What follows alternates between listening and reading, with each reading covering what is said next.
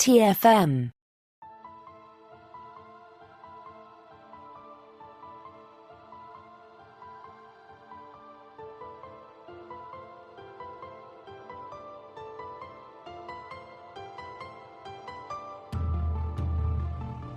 Welcome, Boomers, to another episode of Warp 5, our dedicated Star Trek Enterprise podcast. I'm Christopher Jones, and with me, as he always is my esteemed co-host, damn it. I mean, Matthew Rushing. Sorry, Matthew, I'm just trying to learn your language there. Yeah. No, I see how it goes. I'll refrain from returning in kind with some languages of my own. But it's great to be here, Chris. You know, I do have to say though, is it getting hotter more quickly on this planet? Because it feels like it's really heating up here. Hold on, I gotta take off the top of this uniform. It is getting quite toasty, and you know. It seems like we're communicating pretty well, but I just want to check. Now, if you can understand anything that I'm saying to you, I want you to listen very, very closely. Mary had a little lamb whose fleece was white as snow, and everywhere that Mary went, the lamb was sure to go. Okay. Well done, Chris. You remembered it all. I've been practicing for 49 years. Wow. It is impressive. I think you've done a great job. Well, thank you. Yes, everyone, today we're going to talk about a similar situation as we continue our 20th anniversary rewatch of Enterprise. This is episode 13, Dawn, and here is a quick rundown. By the late 22nd century, the nations of the Earth were finally at peace, working together to explore and colonize the distant reaches of space. Unfortunately, we weren't alone out there. A reptilian race of non-human aliens called the Arkonians were claiming sectors of space as their own. When a human shuttlepod is attacked, its pilot and the alien attacker crash on a hot and deserted planet.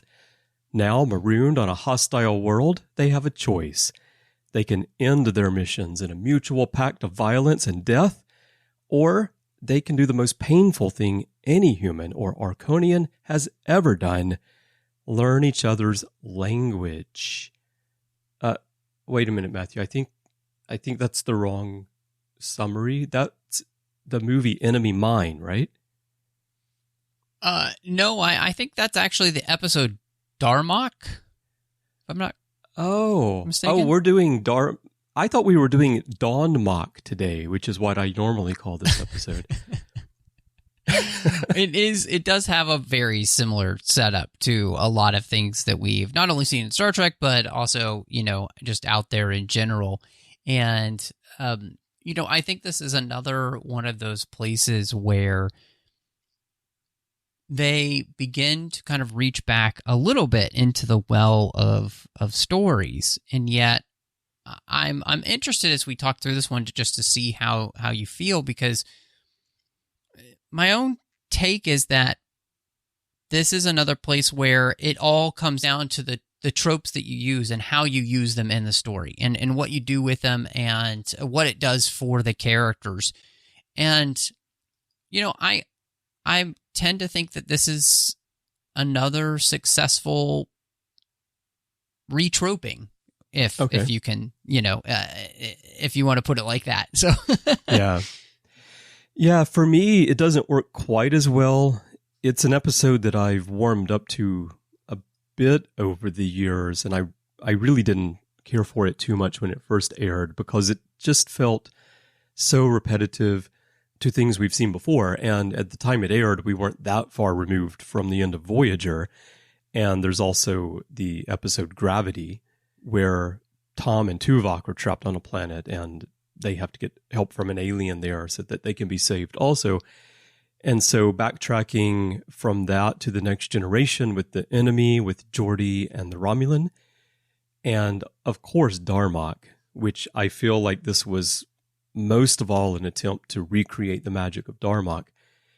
And for me, this is very, very much Darmok Lite, because this one, the puzzle is learning to communicate in two languages that, while they're foreign languages for each of the characters, they are structured in a familiar way like any language on Earth and most alien languages that we encounter in Star Trek, whereas Darmok had that take of metaphors and a completely different way of communicating, which made it doubly or triply or whatever difficult for Picard to figure out how to communicate with Darmok. And so that's where I feel like this episode, if Darmok didn't exist, this episode would probably be a lot stronger for me than it is. Let's put it that way. I think, and this is something that came to me as I was watching the episode, that I think this is where I find it to be a decently successful episode, in that this is about humans having a different interaction with a species that the Vulcans have already met and not had a great interaction with. Yeah. And I think that the reason that humanity has a slightly different interaction with this species is because we do speak more the same language, which is one in which we're not afraid to be combative. We're not afraid to be devious when we need to be. We're not afraid to have some of those darker sides to us, to which this alien race actually understands.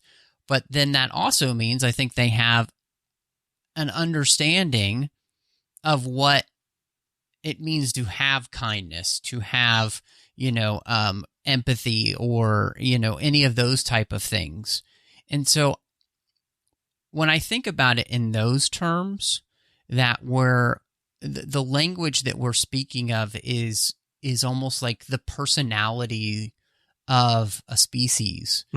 That's where I think that this is more successful than it might feel if we just look at it at the surface level, because, that becomes a big moment at the end where T'Pol, tells Archer, what you've done here in one day, what basically you and Trip have done here in one day, has been astronomically better than anything the Vulcans had done in an entire century with this race. And so I think that there's something really interesting about that.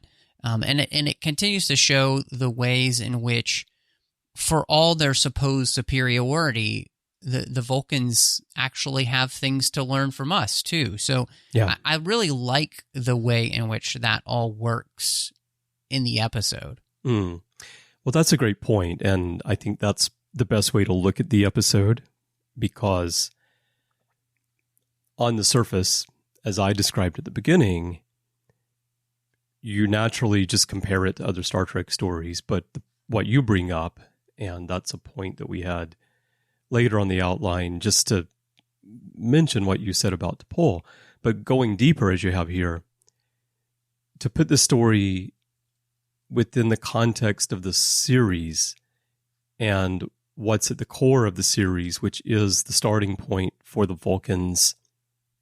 And then we jump ahead 100 years. We don't get to see everything as it's developing, but then our starting point is Vulcans having to let humans leave the nest, in a sense. And then we're exploring, how does that relationship go from that point forward? So within that context, this situation of how does each species, humans or Vulcans, deal with the same alien race? And in a case where we really get to interact with them in a different way than, like, probably the one we've seen most up to this point would be Klingons, maybe, where the Vulcans already know the Klingons, very familiar with what they're like, have a relationship with them, and then humans encounter them and have to start building that relationship as well. But that's a much more familiar framing for us as Star Trek viewers, whereas this one is an alien that we've never seen before, unless we watched the movie Enemy Mine, because The characters here look very, very similar to one another. But I don't think the Vulcans were involved in that movie, so they have not met them yet. But yeah, exploring this point is, it's something that I really haven't thought about too much when I watched this episode. And so I'm glad you brought it up, because for anyone listening who naturally compares this episode to Darmok in particular, I think that's a whole new way into the story that can really change the way that you read it. Well, and I think one of the things that makes this an interesting exercise, obviously, as we've been doing it, is we've been walking through every episode of Enterprise in sequence 20 years later. You know, there's something that time can do to which helps you see episodes differently and in a different light. And I think that this is definitely one of those, I believe, that benefits from that, because you know, I haven't seen those episodes that this one references, and so I can just kind of judge this one on its own. Well, you've seen them, but not recently, so you're right, not exactly. But you know, it's not fresh in my mind. I haven't. Right. I honestly haven't seen the episodes that this one is more similar to, especially TNG and Voyager, in years. Yeah. So that's just been the case for me. So coming back to this one, it was an interesting story. And I think one of the things that makes this really interesting is that this part of the season of Season 2, and actually a lot of Season 2, has a lot of Trip development. Like, it does feel like the writers, and I wanted to ask you, do you feel like the writers here keyed into him as a character that people were liking, and that's why we continue to get a lot of stories that are, in all reality, I mean, very Trip heavy?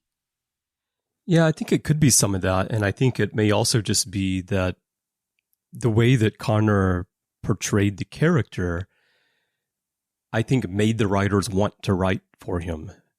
They wanted to give him more things to do. You see that often in TV shows where an actor brings a character to life in a way that just energizes the writers. I mean, you saw that on DS9 with Ducat, right? And the way that Mark Lama was playing Ducat.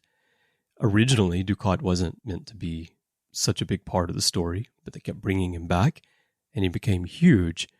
The whole Jadzia Worf thing as well, right? That was something that was driven by the character, by the actor's portrayal and chemistry. And here I think that Connor has that with the character of Trip, his chemistry with the other characters on the ship. And even when he's solo, there's something about the way that he brings that character to life that I think makes him a fan favorite. And I'm sure there are some fans that maybe he's not among their favorite characters, but he's such a likable guy. It's kind of hard not to like Trip.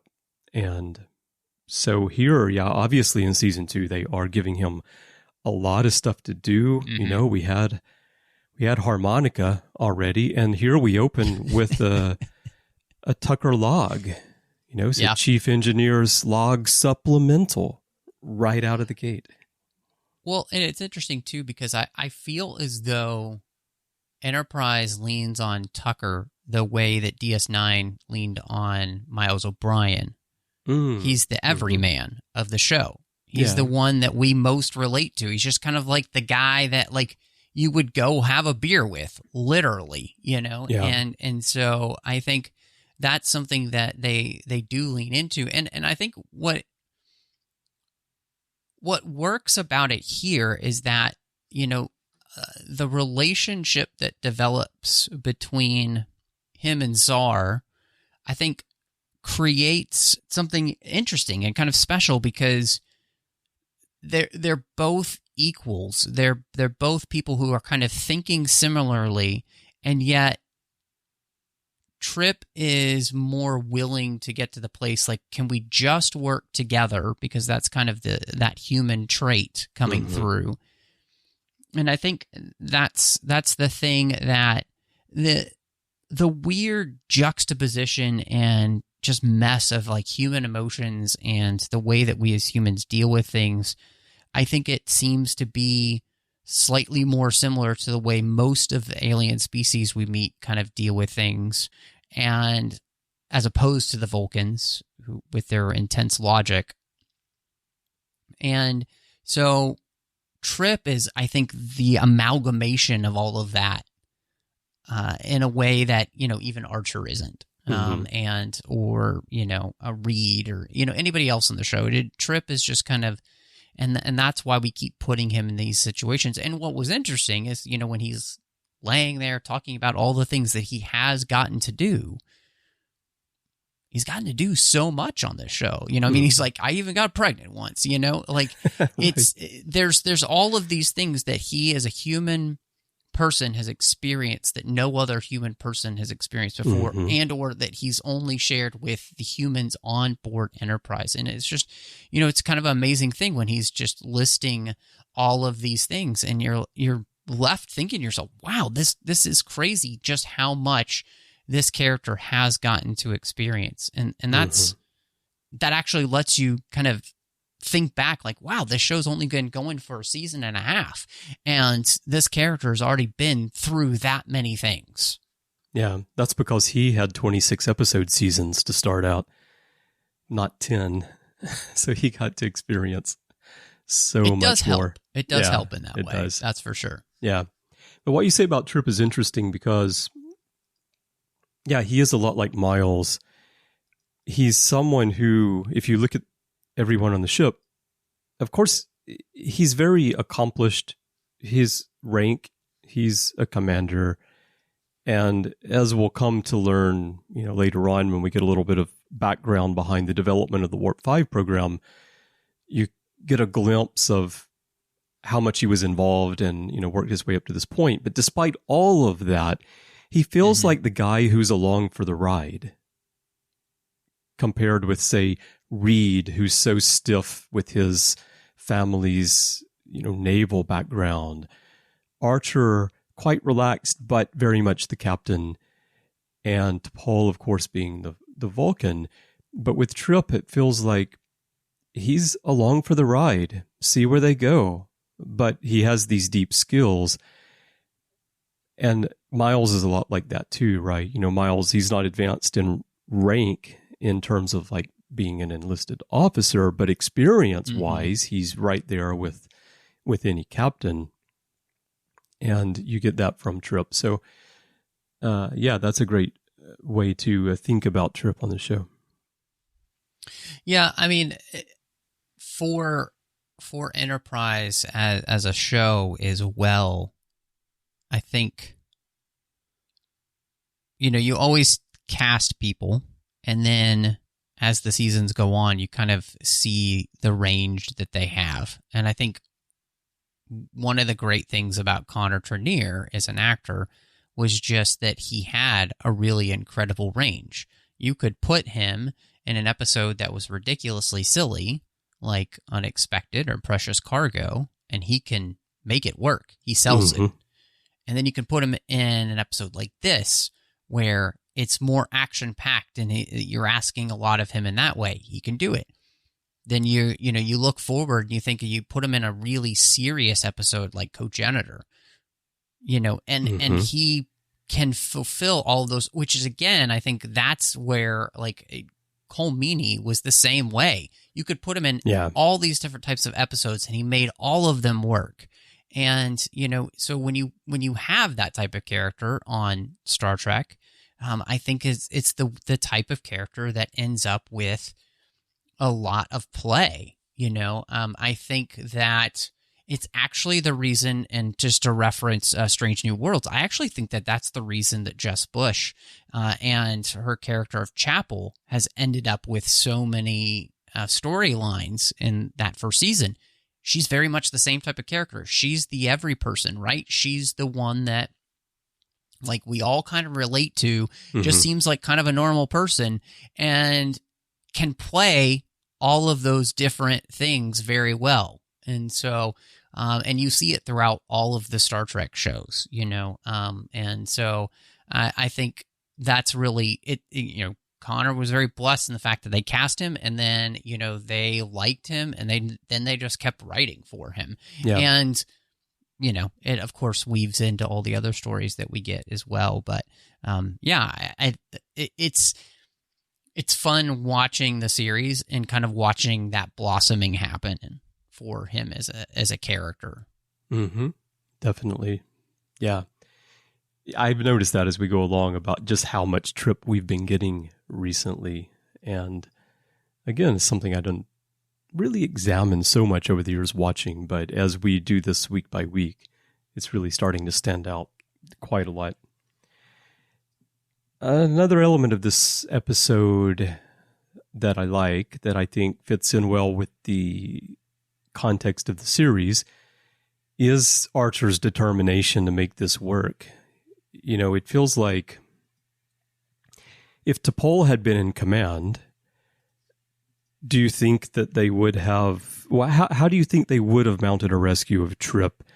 Mm-hmm. And would it have been a collaborative effort in the way that it was in building relations with an alien race, which is the stated mission of Star Trek, of Starfleet, right? To seek out strange new worlds and alien life. And yet the Vulcans, because they just haven't gotten along with these Arkonians in the past, shy away from interactions with them, I guess. Whereas Archer has this human determination of trying to find common ground, at least to work together in a situation where we need to work together. Look at the world wars. You've had here on Earth, you've had world wars with nations that are normally hostile with one another, banding together to fight a greater threat because they felt it was something where they needed to work together in the moment. And that's not a comparison to what Archer needs to do here, but it is in the sense that even if you're not getting along with somebody, maybe you do need to try to work together, which is, I think, an important message in today's world. Yeah, I was really interested in this part of the episode, and I feel as though that if there was any part of the episode that it would have been nice to just get a little bit more of, would have been this part. And just because the Arkonians here are, they seem similar to us. They're like a step between us and the Andorians, where the Andorians are just their emotion on, times 10. The Arkonians are somewhere kind of in the middle between humans and the Andorians. And so I feel as though, again, what happens with Archer's determination and his challenge of saying, look, hey, we didn't know this is your part of space, and your people were chasing our guy, and they both crashed. And, I think what's interesting here, and this is where I just would have loved a little bit more with the Arkonian commander, it's like, because there is this calculation that he's making that, is it wise to make an enemy here that we don't need to make? But can we also still save face and project strength? And so, and in many ways, I think that's kind of the game that both he and Archer are playing with each other a little bit, which to me is a great part of the episode. It's one of those places where, you only have so many minutes of television at this point. I think it's like 42 these episodes are. Yeah, so these are down to about 42 at this point, I think. Yeah, which is kind of ridiculous in the first place, because there's so many commercials.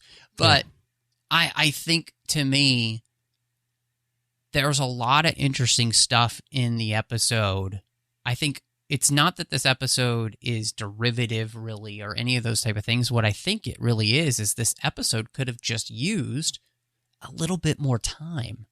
And if it had had a little bit more time, we probably would have been able to dive in even deeper into these type of situations, which to me would have been super fascinating. Yeah, if they had had more time to work with and could have focused more on the interactions between Archer and Zar, the captain of the Arkonian ship, that would probably have also alleviated the sense of this trying to recreate Darmok, because so much time is spent on the planet between Trip and Zho'Kaan that feels like the primary plot of the story, which it would be quite interesting if it were flipped, so that the primary plot of the story was two species meeting for the first time, both with emotions that come to the surface, both with histories of being combative, in a disagreement over space where the Arkonians are saying this is ours and you need to leave, and the humans are like, well, that's fine, we'll go, but we got to get our guy back, So if that were the focus more of it, it could have, the episode could have had a completely different tone, and just giving them even 5 more minutes of screen time might have made a difference. Yep. Which would still be shorter than most of the episodes we get these days. Yes. Yeah. I think that's just where you kind of see the limitations of storytelling and television at this point. It's interesting because my wife and I have been rewatching Yellowstone. She's never seen it, so we've been digging into that, and we'll have the new season of that coming out here later in the fall. And so one of the things I noticed about that show is that even though they're on television, like it's on Paramount Network, they're not afraid to just have episodes be the length that they need those episodes to be. So there are some of the episodes that are shorter. They're like 39 minutes. And there are some of the episodes that are an hour, like an actual hour. And so it's really just incumbent on what it is they want and need to do in that episode, which I just think is so great. And it's just, I think it's smarter because in reality, that's how storytelling is, right? And so then you either get episodes where you're padding for time, or you get episodes where it could just use more time and there's not enough time, and it's not really enough to make it a 2-parter. So, you just kind of end up in these conundrums. And so to me, this is absolutely an episode where, you're right. I mean, even just 5 minutes, you could have added to that part of the story with Archer and to Paul, and it would have, I think, made the episode even better. Yeah. American TV is very interesting because I'm thinking now, I was having a conversation a week or so ago with a friend from the UK, and we were talking about soccer, and we were thinking about the World Cup back in, was it 96? Is that when the World Cup was in the US? And I think so. But the difficulties of broadcasting soccer on television in the US, because American sports, and especially you and I are big football fans, American football, that sport is completely driven by television advertising. Think about how many times teams lose momentum in a drive because there needs to be a TV timeout, right? And it's the same with dramatic storytelling, right? Like traditionally, thankfully, this is something that the streaming model is changing, which is great. But in traditional storytelling on television in the US, everything's driven by advertising. And so you get these odd splits, you get episodes that are too short or too long, as you're describing.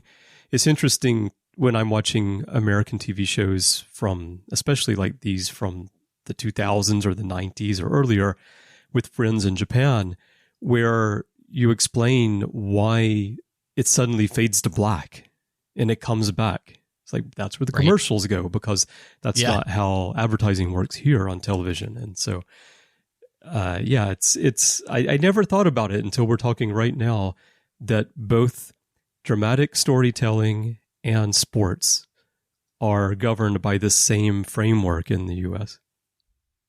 Yeah, and in all honesty, this is not a sports ball podcast, but that's why I think soccer is a superior sport to watch, because you get to watch 2 halves of the game without any interruption, and it's great, whereas I was watching some American football the other day because it has begun here, and I was just so annoyed that every 3 seconds there's a commercial break. It's like watching Hulu with the ads. It just drives you crazy. So I love it when someone scores a touchdown and then they go to commercial and you get like 4 or 5 commercials, and then they come back and they kick the ball off, and then they call a fair Yes. catch, and then they go to commercial again before they start the next drive. Like, oh, can you imagine if a Star Trek episode was like that? You know, like Trip crashes on the planet and they go to commercial. They come back and he sees the alien, and they each say one thing to each other and they don't understand, and then they go to commercial again.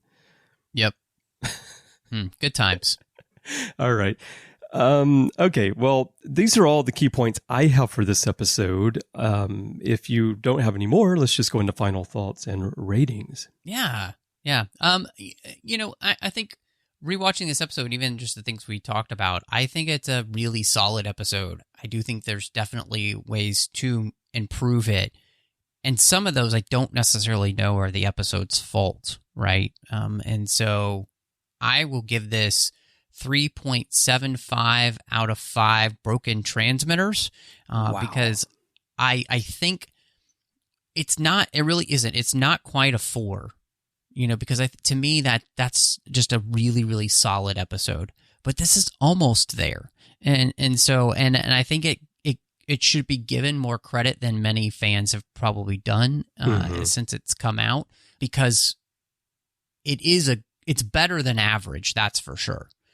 But it's just not quite there to get it over the hump to be like one of the best episodes of Enterprise. But season 2 has had a lot of solid episodes so far. So, yeah, and this is another one for me.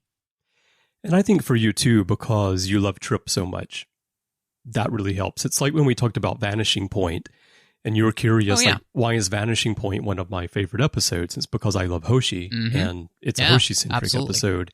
Yeah. And so I probably warm up to the story more because of who the lead character is than I might otherwise. 100%.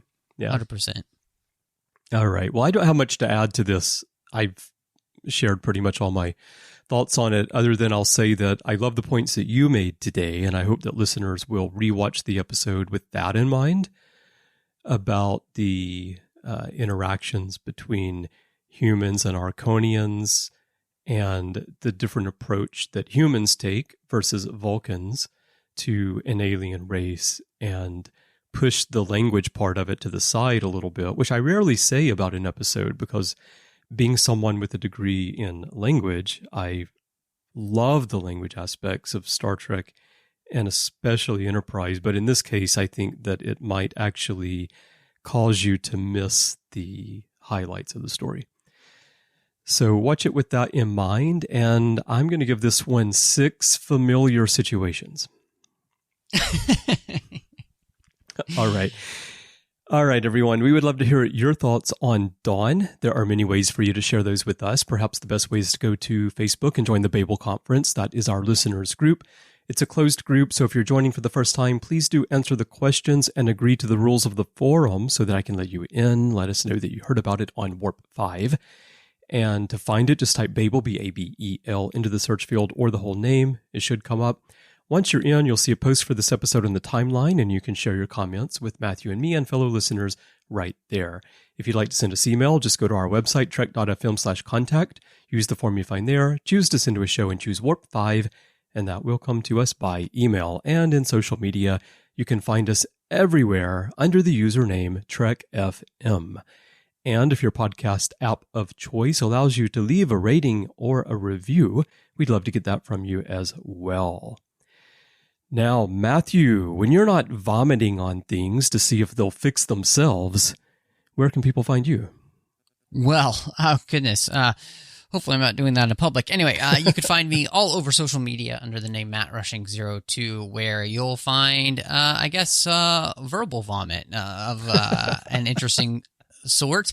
You can also find me here on the network. We've got a whole other side of the network that we don't talk Star Trek. We talk about every other fandom that we love, and that's the 602 Club, so I hope you'll check that out. It is a lot of fun. And we're almost at 400 episodes there, so that's great. You can also find me here on the network with a bunch of other shows. One is Literary Treks, about the books and the comics of Star Trek. Chris, you and I also dive into the Orb with Star Trek Deep Space Nine. We're also into some Strange New Worlds with, a show called Saddle Up. which we always saddle up for. And then you can also find us on the Artificial Tango, where we don't dance, but we do talk about Star Trek Picard. And actually, guys, we got some fun things in the works as well. Chris and I are looking forward to maybe talking through, I don't know, the Star Trek movies now that they're all coming out on 4K. So that should be fun. Anyway, and then you can also find me over on the Nerd Party Network. I've got a completed show I did with Drea Kaufman called Owl Post. We talked about every single chapter of the Harry Potter series, one chapter at a time. And then the great John Mills and I talk about Star Wars on Aggressive Negotiations. But Chris, when you're not trying to figure out how to get that log to work and to record your thoughts, where can people find you?